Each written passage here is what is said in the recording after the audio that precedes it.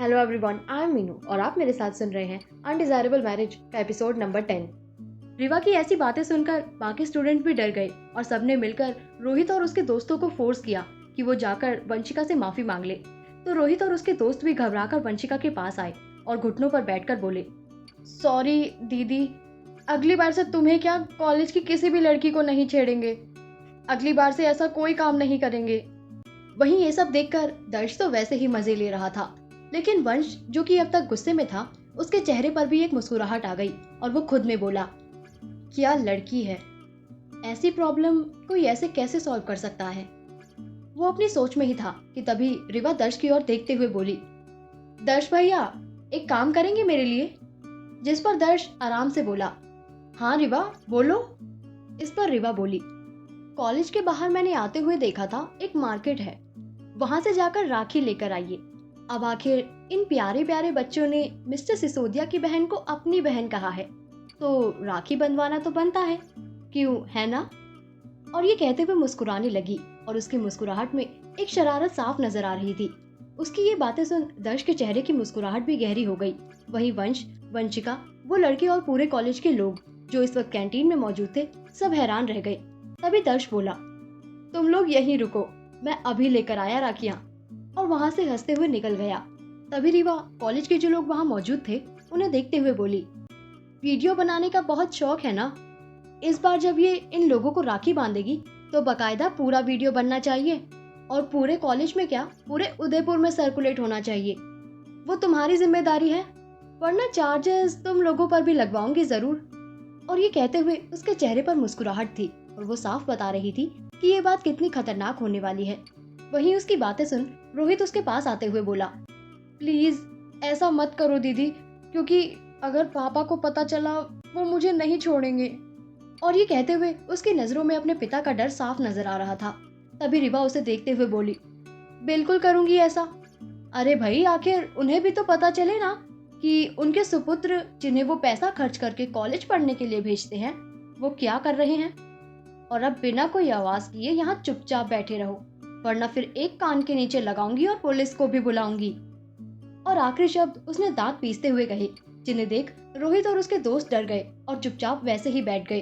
तो रिवा वंशिका को देखते हुए बोली, हाँ तो मिस लाडो, अब अपना पूरा नाम बताएंगी आप, कब से यही बुला रही हूँ मैं। और ये कहते हुए वो पास की टेबल पर बैठी और वहां से पानी की बोतल उठाकर खोलते हुए पानी पीने लगी। उसके इस सवाल पर वंशिका, जो कि अभी भी सदमे में थी, होश में आई और बोली, मेरा नाम वंशिका है, वंशिका सिसोदिया। और ये कहते हुए वो धीरे से रिवा के पास आई और उसके कान में बोली, दीदी लेकिन ये सब करना जरूरी है क्या, अब छोड़ देते हैं ना, ऑलरेडी बहुत परेशान कर लिया है, आगे का जो भी है भाई देख लेंगे। और ये कहते हुए उसकी आवाज में एक झिझक और परेशानी साफ नजर आ रही थी। तो रिवा उसे देखते हुए सख्त लहजे में और उसके सामने बोली, बेटा जिंदगी ना परमानेंट नहीं होती, तुम्हें लगता होगा कि तुम्हारे भाई देख लेंगे, पर भगवान ना करे किसी दिन उन्हें कुछ हो जाए तो क्या करोगी। मैंने अपने पापा को खोया है, जब तक वो थे तो मुझे भी लगता था कि वो देख लेंगे, लेकिन अब मुझे खुद देखना पड़ता है। और जब इसकी आदत डालनी पड़ती है ना, वो बहुत तोड़ता है इंसान को अंदर से। इसलिए कुछ चीजें और ऐसे लोगों को खुद संभालना सीखो, क्योंकि हम लड़कियां कमजोर नहीं होती, बस दिमाग को मजबूत करो, सब सही होता है और सब हमारे हिसाब से होता है। क्योंकि ऐसे लोगों का विनाश भी औरत के कारण ही होता है। महाभारत और रामायण दोनों औरतों के सम्मान के लिए हुई थी। त्रेता में सीता मैया और द्रौपदी द्वापर में, तब भगवान आए थे। लेकिन ये कलयुग है, यहाँ भगवान नहीं होते तुम्हें बचाने के लिए, तो तुम्हें खुद का भगवान बनना पड़ता है। इसलिए खुद पर भरोसा रखो, उस भगवान को मानो, लेकिन अपनी जिंदगी की डोर अपने ही हाथ में रखो। और ये कहते हुए रिवा की आंखों में कितने ही अनकहे एहसास नजर आ रहे थे, जिन्हें कब से खामोश खड़ा वंश बखूबी देख और महसूस कर सकता था।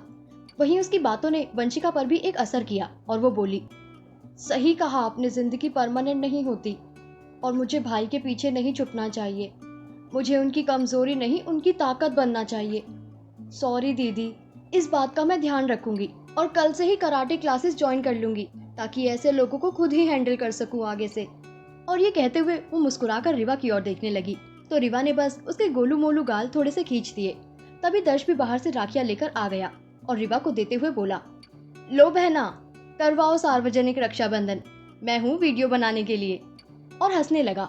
तो रिवा ने राखियां वंशिका के हाथ में दी और बोली, लो वंशिका, अपने नए नए भाइयों को राखियां तो बांधो, और जरा कसकर बांधना, क्योंकि बहुत प्यारा रिश्ता होता है तो डोर मजबूत होनी चाहिए ना। और ये कहते हुए रोहित और उसके दोस्तों की तरफ एक तिरछी मुस्कुराहट के साथ देखने लगी। इस पर वंशिका भी उसके पास आई और राखी बांधने को हुई तो रिवा बोली, एक मिनट, जरा रुको। और वंश के फोन को अनलॉक करते हुए कुछ कहने ही वाली थी कि वंश को देखते हुए बोली, मिस्टर क्वैक क्वैक सिसोदिया, अपना ये बत्तख जैसा दिमाग थोड़ा इंसानों जैसा कर लीजिए और अगली बार से पासवर्ड ढंग का लगाइएगा, क्योंकि इतना आसान पासवर्ड नर्सरी का बच्चा भी खोल ले। और फिर उसी के फोन पर एक गाना लगा दिया जो कि था भैया मेरे राखी के बंधन को निभाना, जिसे सुन वहाँ आसपास मौजूद बाकी सब हंसने लगे। दर्श भी हंस रहा था और वंश भी, लेकिन उसकी पिछली बातों से वो अभी भी नाराज था और अपने आप में बोला, मेरी बहन को बचाया है इसलिए इस बात को जाने दे रहा हूँ। हिम्मत कैसे हुई मुझे बत्तख बोलने की। लेकिन इन बातों को छोड़ वो सामने चल रहा शो एंजॉय करने लगा। वंशिका ने सबसे पहले आगे बढ़कर रोहित को राखी बांधी तो रिवा बोली, तुम्हें तो मैंने सजा दे दी, लेकिन तुम्हारी दोस्त जिसने तुम्हारी अभी अभी बनी बहन के बारे में उस वक्त बकवास की थी, उसे मारना नहीं बनता, तो लगाओ दो चार। और उसकी इस बात पर कोई दूसरा रास्ता ना पाते हुए रोहित ने अपने दोस्त को मारा, जिस पर उसके दोस्त ने भी उल्टा कर उसे कुछ घूंसे जमा ही दिए और दोनों एक दूसरे से लड़ते हुए काफी जख्मी हो चुके थे। तभी रिवा उन्हें रोकते हुए बोली, अरे रुको, मुझे ऑफिस भी जाना है वापस, पहले रक्षाबंधन का कार्यक्रम खत्म कर लो, फिर लड़ मरना। और वंशिका को बाकियों को राखी बांधने के लिए कहा तो वंशिका ने भी एक एक कर सबको राखी बांधी और दर्श ने इस चीज का वीडियो अच्छे से शूट करके सोशल नेटवर्किंग साइट पर डाल दिया। ये सब होने के बाद रिवा वहाँ से जाने लगी, लेकिन रुककर पीछे मुड़ उन लोगों को देखते हुए बोली, इस बार शुक्र मनाओ राखी थी, अगली बार हथकड़ियाँ होंगी, सिर्फ ऐसी हरकत करने वालों के हाथों में नहीं, जो ये हरकतें देखकर लड़की पर सवाल उठा रहे थे उनके हाथों में भी। तो संभल कर, क्योंकि तुम्हारा ऐसा मजाक कभी किसी की जिंदगी भी ले सकता है। इस बात को याद रखना अगली बार ऐसा करने से पहले, क्योंकि हर बार कोई रिवा शर्मा नहीं आएगी तुम लोगों को किसी लड़की के भाई से बचाने के लिए। अभी मैंने तो इतना ही किया है, अगर मेरी जगह मिस्टर सिसोदिया होते तो अब तक तुम लोगों की जान ले चुके होते। आखिर उनकी इकलौती बहन के साथ तुमने ये हरकत की, और जानते ही हो हर इंसान कितना खतरनाक होता है जब बात उसके परिवार पर आती है। इससे ज्यादा कुछ नहीं कहूंगी, चलो वंशिका, और चलिए आप लोग भी। और ये कहते हुए वंशिका का हाथ थाम वहां से निकल गई और उसके पीछे पीछे दर्श और वंश भी निकल आए। बाहर निकलकर उसने वंश को उसका फोन थमाया और धीरे से बोली, सॉरी, उस वक्त फ्लो में आपको वो सब बोल दिया, मेरा वो मतलब नहीं था। और ये कहते हुए एक अजीब सी हंसी के साथ वंश को देखने लगी। आखिर उसे अपनी नौकरी जो बचानी थी, गुस्सा अपनी जगह, पैसा अपनी जगह। तो वंश भी उसके हाथ से फोन लेते हुए बोला, तुम हर बार फ्लो में बहुत ज्यादा ही बोलती हो, इस बार तुमने मेरी बहन को बचाया है, इसलिए तुम्हारे श्याम जी ने तुम पर कृपा कर दी और मैं तुम्हारी नौकरी इस बार के लिए बख्श रहा हूँ। पर अगली बार ऐसा ना करना, वरना तुम्हारे खाटू वाले श्याम जी भी तुम्हें नहीं बचा पाएंगे। और ये कहते हुए आगे जाने लगा, फिर एक पल रुककर बोला, एक काम करो, तुम अभी घर चली जाओ और मेरी सारी मीटिंग्स कैंसिल कर देना, मैं अभी वंशु के साथ घर जाऊंगा। और ये कहते हुए उसने पास खड़ी वंशिका का हाथ कसकर पकड़ लिया। उसकी पकड़ से ये साफ पता चल रहा था कि वो कितना परेशान है वंशिका को लेकर, और उसके कुछ कर लेने के ख्याल से ही कितना डर गया है और दुखी भी है, क्योंकि वंशिका ऐसा कुछ करना चाहती थी। ये बात वहाँ खड़े सब लोग महसूस कर सकते थे, यहाँ तक कि रिवा भी।